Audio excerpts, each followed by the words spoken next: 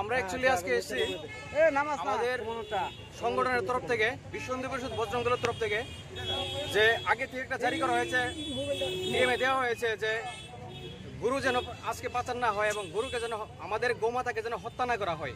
বিধর্মীরা হত্যা যেভাবে করছে আমাদের গোমাতাকে, আমরা এটা সহ করতে পারছি না সনাতনী হিসাবে, এবং আমরা বজরং দল বিশ্ব হিন্দু পরিষদ সেই উদ্দেশ্যে আমরা আজকে পুরা পশ্চিম ত্রিপুরা জেলাতে একটা ইনিশিয়েটিভ নিয়েছি, কার্যকর্তা নিয়েছি যে কিভাবে আমরা গোমাতাকে বাঁচাবো, এবং সেই প্রয়াস আমরা করছি। এবং 4টা গাড়ি আমরা আটক করেছি জিহাদির হাত থেকে, এবং পাশাপাশি 6টা গরু আটক করেছি।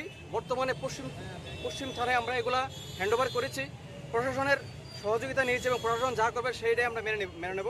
এবং আমাদের এখানে দ্বীপ আছে, আমাদের কার্যকর্তা আছে, কার্যকর্তারা অক্লান্ত পরিশ্রম করছে এবং চারোদিকে আমরা ছড়িয়ে ছিটিয়ে রেখেছি যেভাবে আমাদের গোমাতাকে যেন কোনোভাবেই কোনো ক্ষতিগ্রস্ত না হয় এবং কোনোভাবে কাটা না হয়।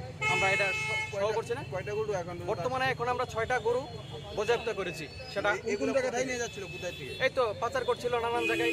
তারা তাদের কি করবে সেটা তো বুঝতেই পারছেন।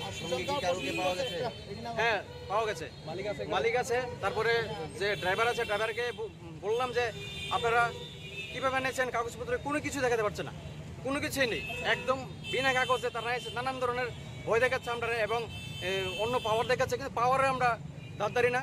আমরা বিশ্ব হিন্দু পরিষদ বজরং দল 1-100। আপনার নামটা? আমার নাম উত্তম দাস, পশ্চিম ত্রিপুরা জেলার ধর্মপ্রসার প্রমুখের দায়িত্বে আছি বর্তমানে।